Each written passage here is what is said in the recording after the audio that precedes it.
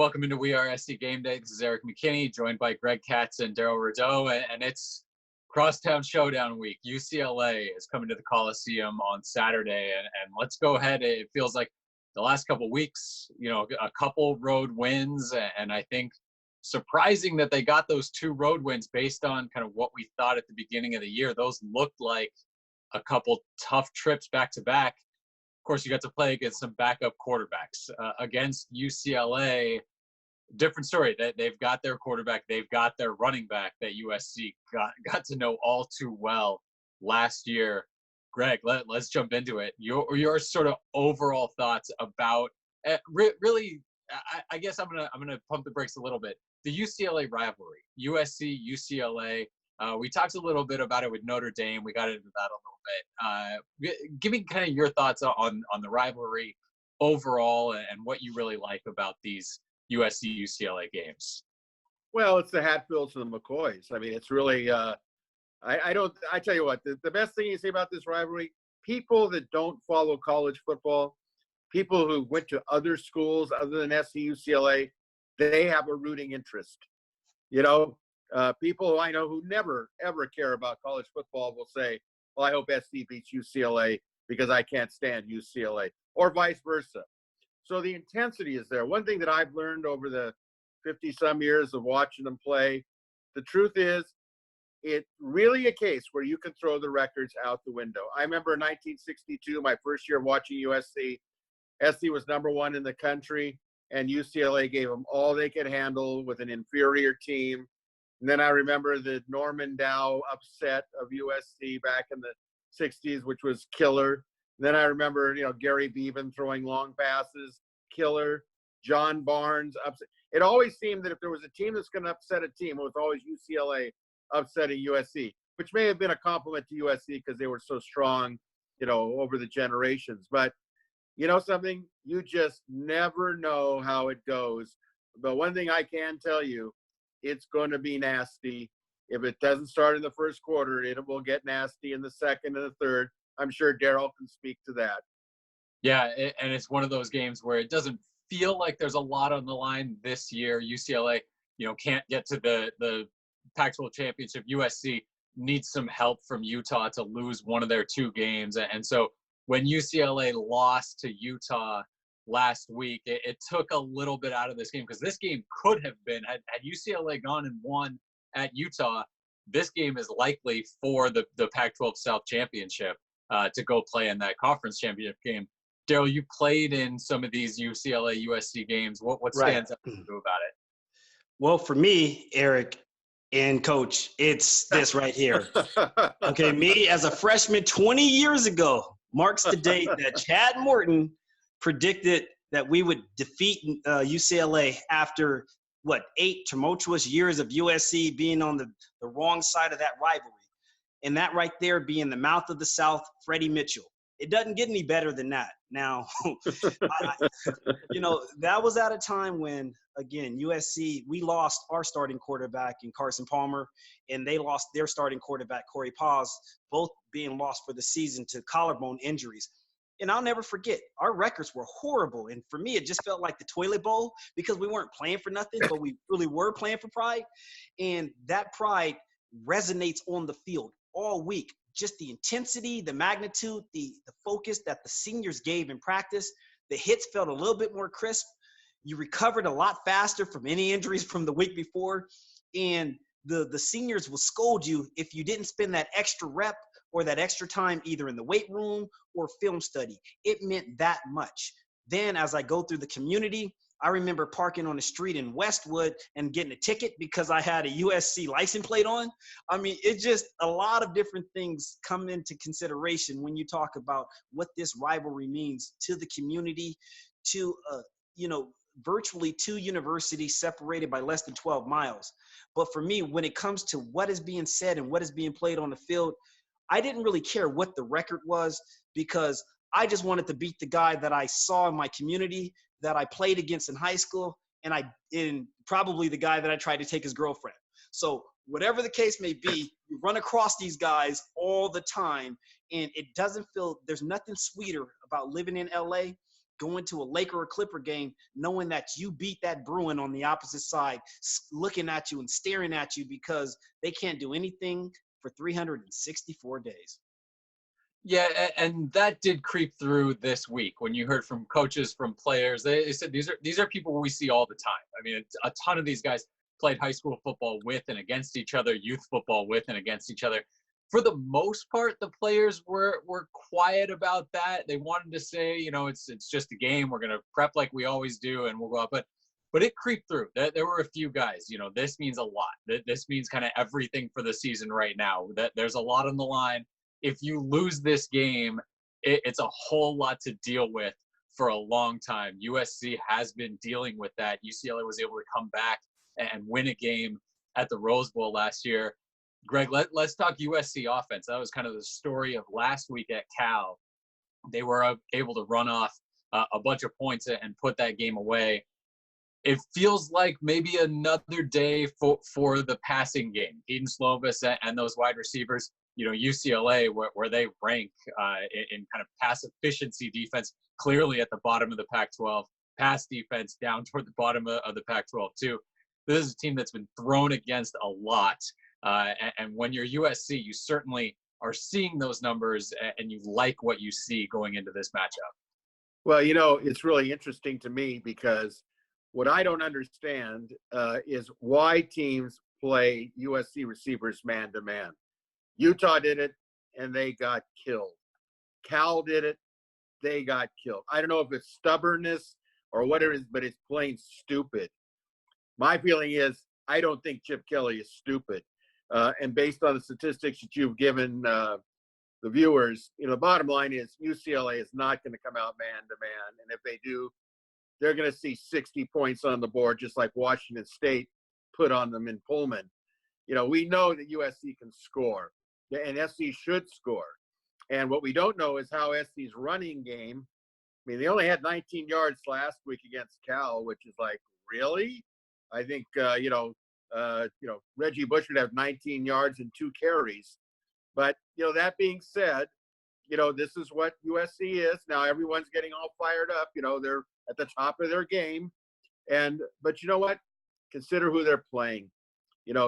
Cal, I do respect a little bit about what the Trojans did against Cal, because Cal had a legitimate good defense. The strategy was horrible. But the bottom line is, you know what? This could be a high-scoring game. If SC on defense, and Darrell will talk to that, it could be in the 30s, high 30s. Might be the most entertaining game we've seen. So we'll see. I mean, I think UCLA will try to, take away the field for Slovis. And somewhere, somehow, someone's going to emerge that wasn't a star is going to be a star in this game offensively. I don't know. Maybe it'll be, Keenan Christian. Somebody's going to emerge. Yeah, the run game is going to be interesting. It looks like there's a chance that Vavae Malepeai will be back for USC.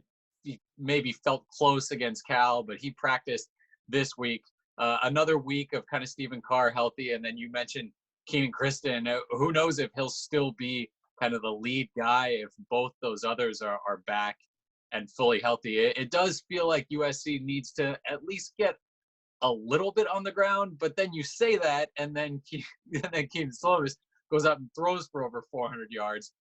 So maybe not. Maybe you just rely on Michael Pittman having another phenomenal game, and Drake London, raising his game, and Amon-Ra St. Brown doing the same thing. What do you see sort of up front? We got the first full taste of Justin Dedich at center against Cal as he steps in for an injured Brett Nealon. What did you like about up front, or where are there still concerns? Again, you mentioned kind of the run game numbers still not there against the Cal defense that is better, I think, up front than they were in the secondary. Well, I think the USC is going to be what USC has been the entire season. I mean, it's not like we're in the third game. We're going into the 12th game. They are what they are. I don't think UCLA's front is exactly, the Pittsburgh Steelers under Mean Joe Green. But I think that SC puts a lot of pressure on their own offense because they run no misdirection, because they run no draws or screens. As people who follow these videos have probably heard me harp on this every single week, but maybe this is the week they're going to do it. I will say this, Slovis is, I got to hand it to him. He is really good, and he is really mobile. People thought he wasn't mobile, but you look at some of the pass rush on him. I mean, he starts to feel it, and he gets out of the pocket. He extends plays. And again, I agree with Clay Helton. I mean, his interceptions, he's had a game where there's 3 interceptions, but something, he hasn't thrown any. But again, the one thing that we have to keep in mind is this is SC versus UCLA. Keaton Slovis and all the younger ones, they know that this is the big game. And hopefully the Coliseum will be close to full, if not full. I think one player to really key on, from my perspective, is Drake London. I think Drake London could really do damage to the UCLA secondary if UCLA elects to take Pittman out of the game and double team him. I think London, and even Justin Dietich, the fact that he's got a couple of games under his belt now, it's a good thing. It's going to be exciting to watch. And, if they decide to throw the ball 50 times, that's what they do. But I think, are they going to throw it to the tight end?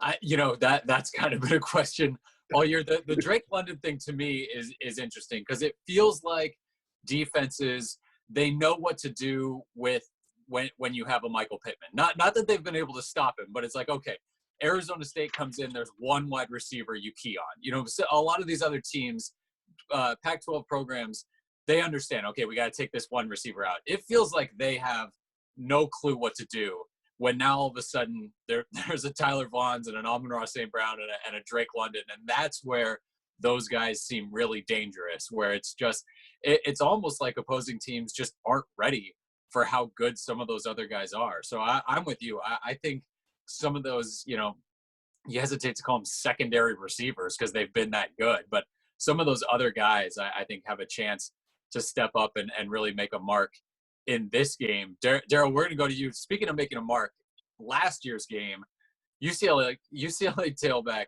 Joshua Kelly sets a USC UCLA record for rushing yards in a game. I think it was just over 600 or 700. He got to ridiculous. He goes for 289 against USC last year, and it was clear, at least to me, that was a big reason that you make a change at defensive line coach and that you talked a lot all offseason, all season about gap responsibility and maintaining lanes and all of that. USC's rush defense is 10th in the Pac-12 this season. So it's not like all of a sudden they flipped a switch and they've figured it all out. But specifically in that matchup, in the UCLA run game against the USC rush defense, which feels like on that side of the ball, that's going to determine what happens right. Whenever UCLA has the ball. What do you see there? How do you see that playing out? I mean, when you think about UCLA, you start with their running game. Obviously, if Dorian Thompson-Robinson, DTR, gets going, the offense can be as balanced as one needs to be. But everything starts with that running game. And Joshua Kelly, you talked about him coming off of last year's 289 performance, but now he seems to have a 1-2 punch with Demetric Felton. This is a kid, a very explosive running back that has 4 carries over 75 yards. It's ridiculous. You get him in open space, it's pay dirt. And that's the type of speed that Chip Kelly likes on the edge. So that little 1-2 combo can give USC a lot of fits, and primarily because of the way that the offensive line executes their zone blocks. At times you'll find additional offensive linemen. We call it end over slot, where perhaps a tight end is next to the guard. And then on the opposite side of that, you have 2 guards, 2 tackles. I mean, just these different variations with big bodies. And what they're really trying to do is see how smart you are. They'll move around, combinations, adjustments, and now force everyone to be accountable for the running game. And for USC, that hasn't always bode well when you ask the secondary to now fit and replace and run fits. Losing Christian Rector in the first quarter due to last week's targeting. Christian Rector will be he'll be ready to go from the game. He sat out the rest of the first half and then all the second half against Cal. So he's good to go against UCLA. Okay, then great. Having him and Drake Jackson will help because although USC's rush defense ranks 10th in the Pac-12, over the last few weeks, they've seemed to figure a lot out, Eric, in terms of just really being sound in their gap protection. And I think much of that has to do with the consistency of getting Talanoa Hufanga back and Isaiah Palomalu. What they mean, shoring up those A-gap blitzes. But for USC, it's really going to come down to, we talk a lot about the edge rushers, but for me, I think it's what happens opposite of John Houston at the will position. It's been by committee all year. And for that, whether it's Kanai Mauga starting the game or, the rotation that they seem to have there, whatever type of production they get out of there cannot afford any unnecessary penalties, and they have to be where they need to be. In other words, they have to, if they're asked to seal the C gap in the edges, make sure you are where you need to be and be the hammer, not the nail. In other words, move all of the action back into your interior part of your defensive line. If they have success early on, I think that'll bode well. But if we notice that they're struggling with those pass protections and runs, it's going to allow UCLA to do what they really want to do. Play action pass, get DTR outside of the pocket, and really cause havoc for USC. This is an offense that's capable of putting up 67 points, but this is also an offense that's capable of being shut down, as we saw last week against Utah. Yeah, what do you do sort of in the secondary? Is this a game where you just you bring 8 guys down in the box and you load that and then you deal with what you can in terms of your secondary? UCLA on the outside, there's Kyle Phillips, the wide receiver, who, again, it's another one of those teams where their top wide receiver in terms of numbers gets dwarfed by about 3 of the top USC wide receivers. Right. Devin Asiasi at tight end, he's a guy who's kind of come on a little bit. And USC started the season with just this unbelievable run of opposing tight ends that were just incredibly talented. And that stopped a little bit in recent weeks. They haven't been challenged by that tight end. They're going to get another test there. But how do you kind of organize your defense to attack this UCLA offense? Well, there's the conventional way that we'll talk about with Clancy Pendergast, but then there's also the way that I would approach it. And sure. Over the last few weeks, I'll start with what I would do against this Oregon offense. I think you should UCLA offense. UCLA offense. You feature a cover 2 shell, 2 high safeties, and since USC likes to feature a lot of nickelback coverage with Greg Johnson and Chase Williams and etc., I would run, it's called nickel 2 star. Everybody plays, it's almost like in basketball, a box and 1. Everybody plays cover 2, and I would just have Elijah Griffin locked up on Kyle Phillips, take him out of the game.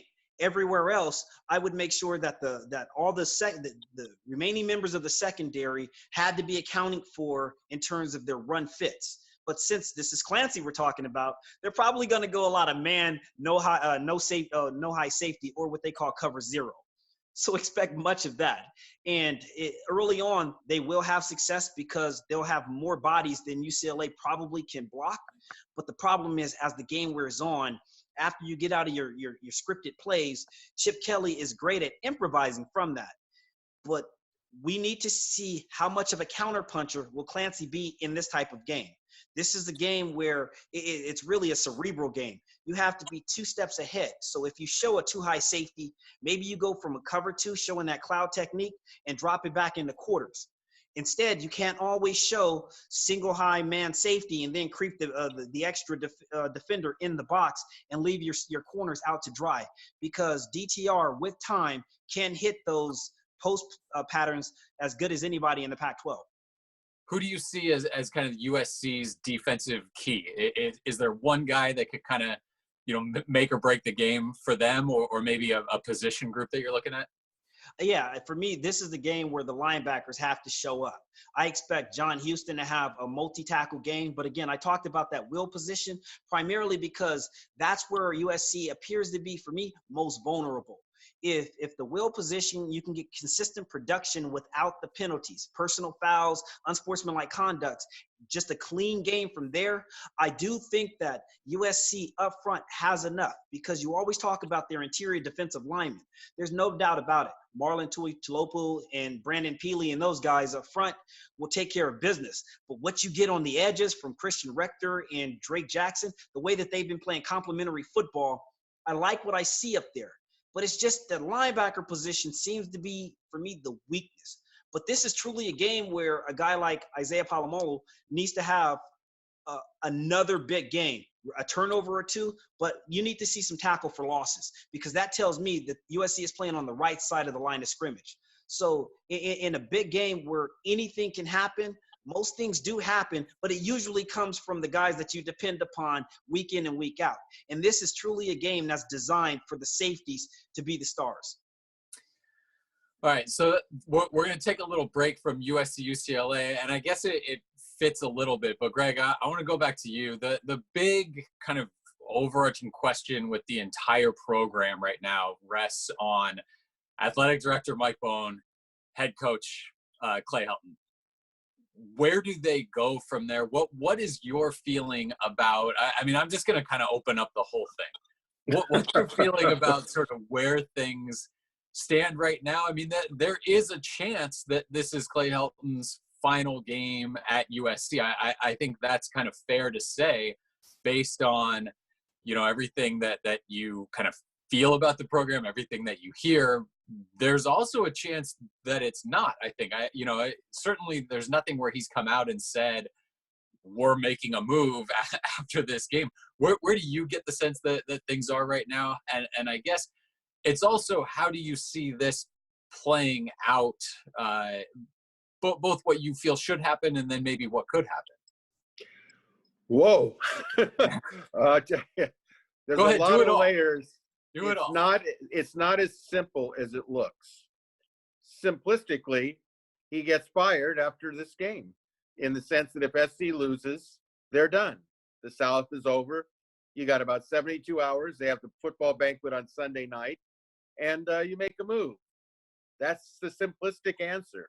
The more complicated answer is that if SC wins, we have to find out what Utah does at Arizona.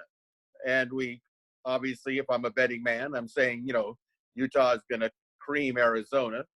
And then we wait another week, and, Utah will dispense of Colorado and Salt Lake City.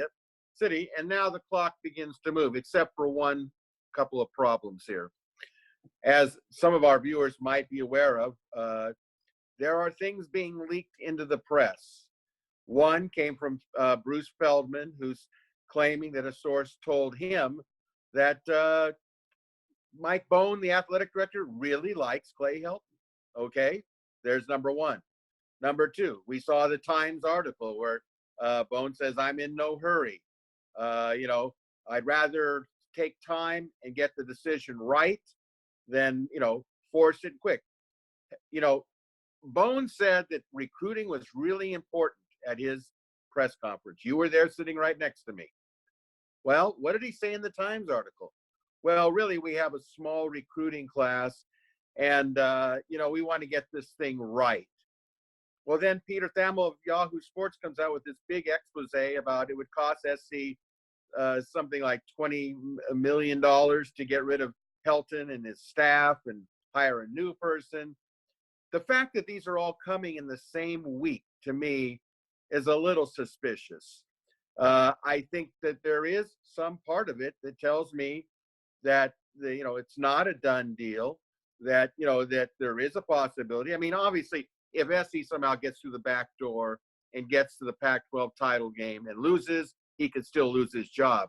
But if they win, they go to the Rose Bowl. You're not going to fire him if he goes to the Rose Bowl. I'm sorry. You cannot justify that, in my opinion.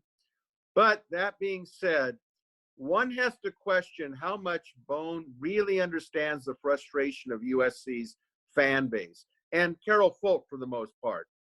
I know for a fact that they have been inundated with emails demanding that there be a change. I don't think what they understand is it's going to be a nuclear meltdown if Helton comes back. Nothing against Clay. He's a wonderful person. You can debate whether he's an average coach or he's a good coach. I don't think he's a national championship level coach. And they stress that, Folt and Bone both stress that in Bone's introductory press conference. So where does that take us? What do I think? I think before this week that Helton was going to be history. Okay. Something tells me, and it's a gut feeling, and I'm going to go with my gut here, that it's not a done deal, that we don't know how it's going to play out. And I know to many SC fans, they'll just go completely berserk hearing me say that. But then again, it is what it is. If USC wins on Saturday and Utah wins on Saturday, it's going to extend it. So where do we stand? I say it's, 90-10 that he's fired, but I think that 10% is a lot bigger than I thought it was a week ago. I agree with a lot of that. When Mike Bone was brought in, it felt like he's being brought in to make not a decision on a head coach, but to make a choice of a new head coach. With everything that's kind of come out since then, it feels less and less like that is an absolute guarantee. If I'm having to bet on this and guess, my guess is still that, like you said, Utah wins on Saturday, Utah wins the following Saturday, USC is not in the Pac-12 championship game, and this UCLA game is likely Clay Helton's last game as the head coach of USC. It's not kind of the guarantee, boy, this is a slam dunk, at least in my gut, like you said, the feeling. It could certainly be the case, and these could be a lot of words that are thrown out to kind of make, to frame the coaching search or anything like that. But I agree that it feels like there's more to this developing than it felt like early on. Darrell, I want to open it up to you a little bit, kind of your thoughts, but I also want to get your perspective on, as a former player, not sure if you've been through this before, but the idea of kind of all this stuff swirling around and having to deal with all of that as you're playing a game like this. If there's anybody who's equipped to answer this question, it has to be me. Again, We talked about 20 years ago. Don't forget, I played under Paul Hackett. I like to talk about the latter part of my career under Pete Carroll, but the many, concerns about whether or not Paul Hackett is going to keep his job versus him losing his job. And even though we all kind of whispered it under our voices, and when he would leave the room, we would laugh and giggle like, dude, you're a dead man walking.